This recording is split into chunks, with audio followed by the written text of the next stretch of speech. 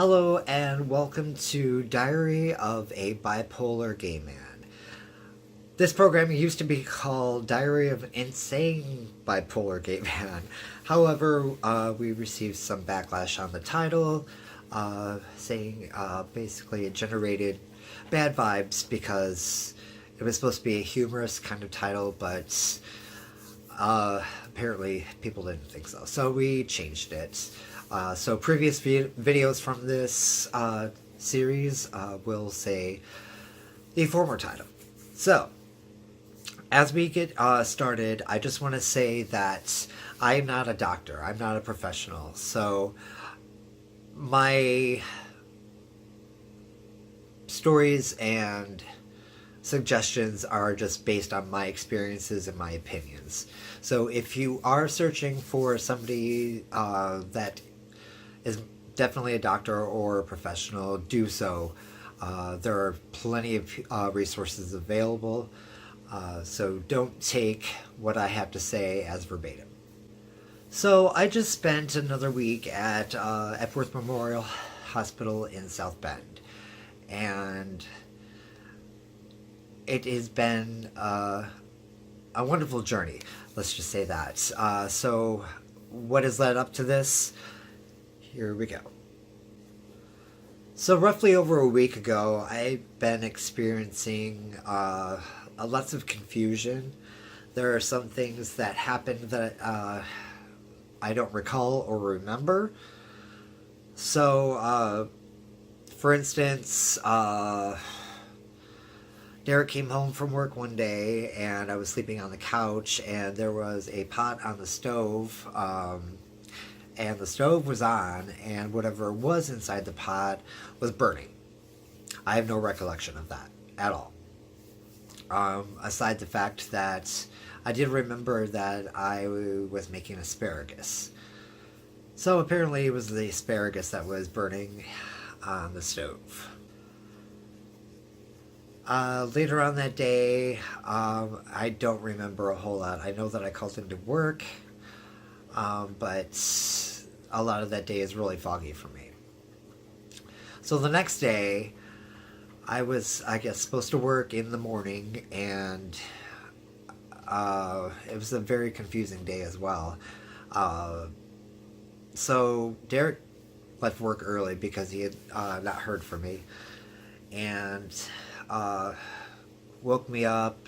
I swore that I heard somebody pounding on the patio door, and the cats were growling, both of them obviously uncomfortable. I don't know whether that happened or not. I don't have anybody to back that up. So Derek obviously suggested that I return to Epworth Memorial, and I agreed. So like the time before, Epworth Memorial was a great program, and I'm definitely glad that I went there again. This time around, it was a little bit more different. There were so many tools that were offered, and the experience was a lot more insightful and beneficial, I would say. The other patients really had a voice, and it was really nice to have experienced what they were going through. The last time around, there wasn't so much interaction with the other patients. So I found that to be quite awesome.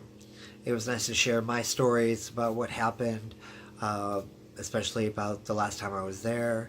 It was great to hear the stories of the other patients about what brought them there and the struggles that they are going through.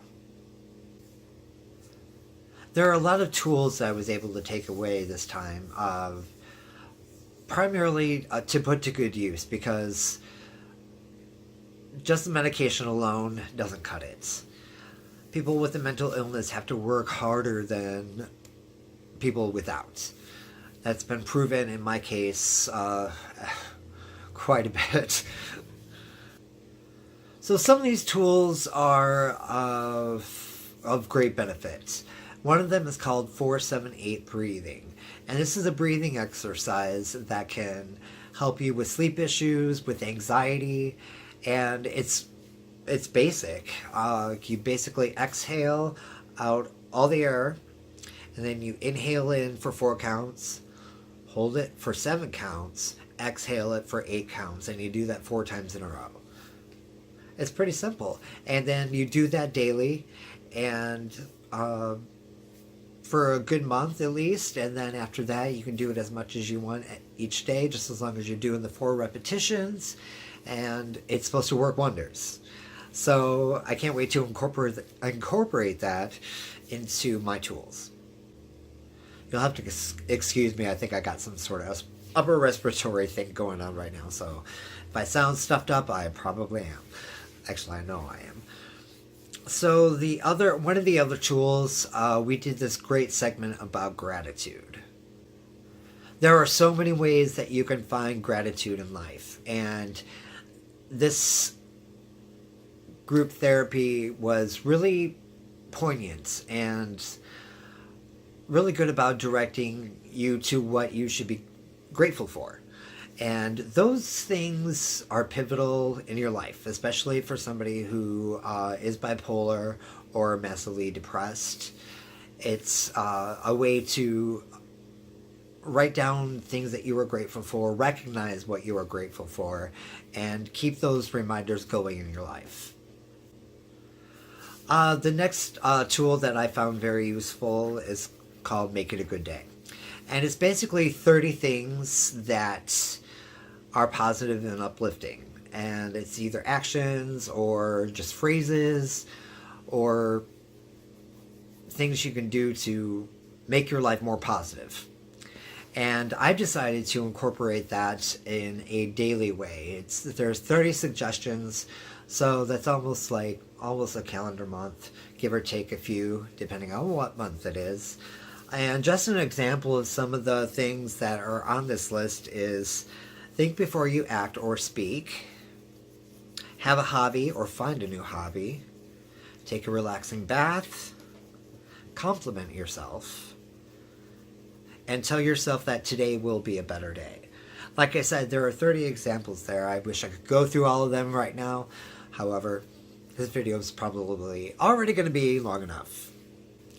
So, along with being bipolar, I've also been diagnosed as having PTSD and ADHD. So this really sets off a different kind of medicine regimen that I am on now.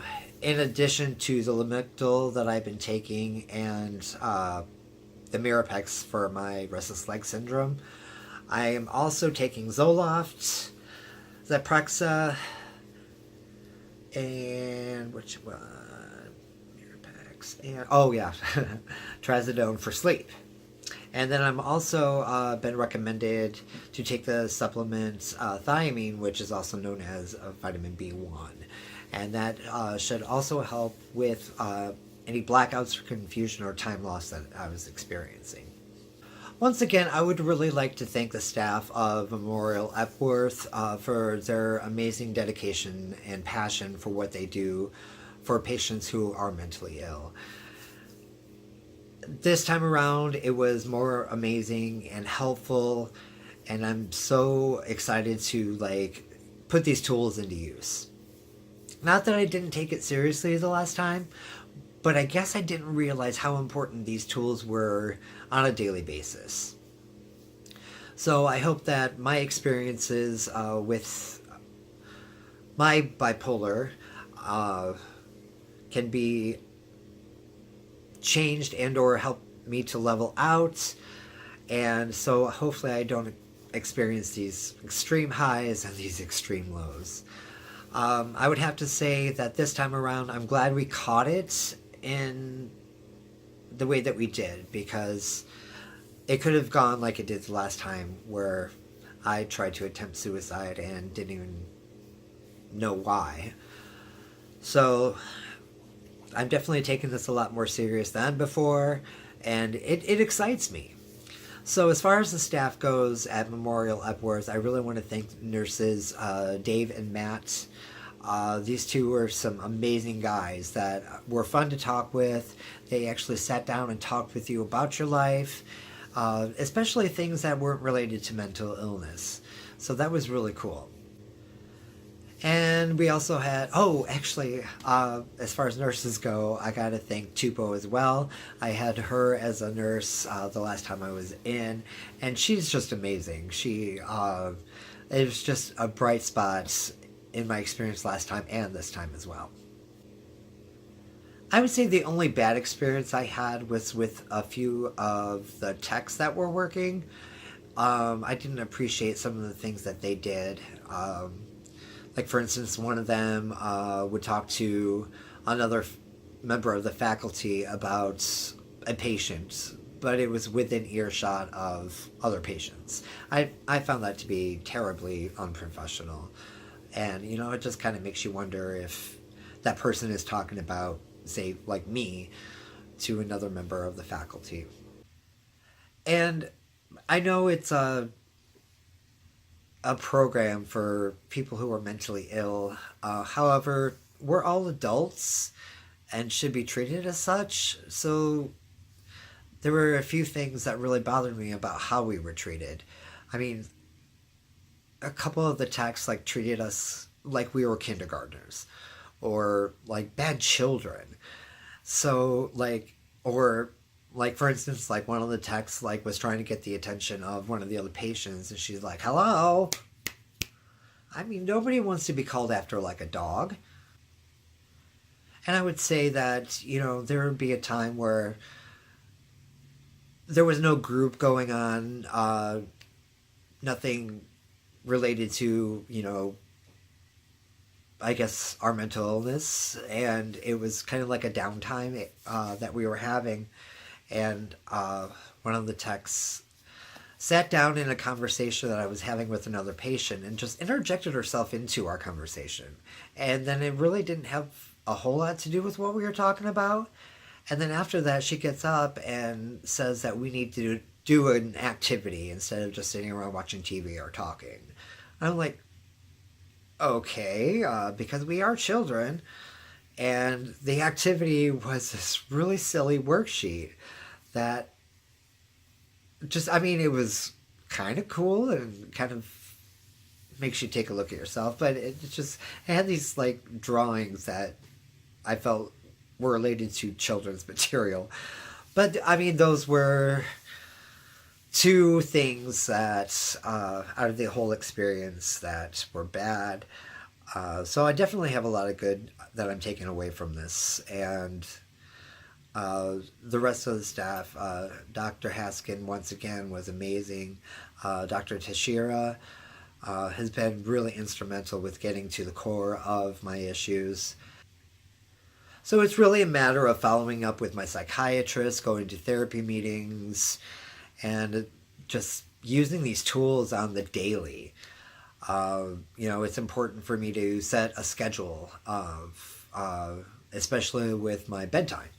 I need to consistently go to bed at the same time, wake up at the same time. That way I can keep my medicines regulated, and hopefully there won't be any issues with that.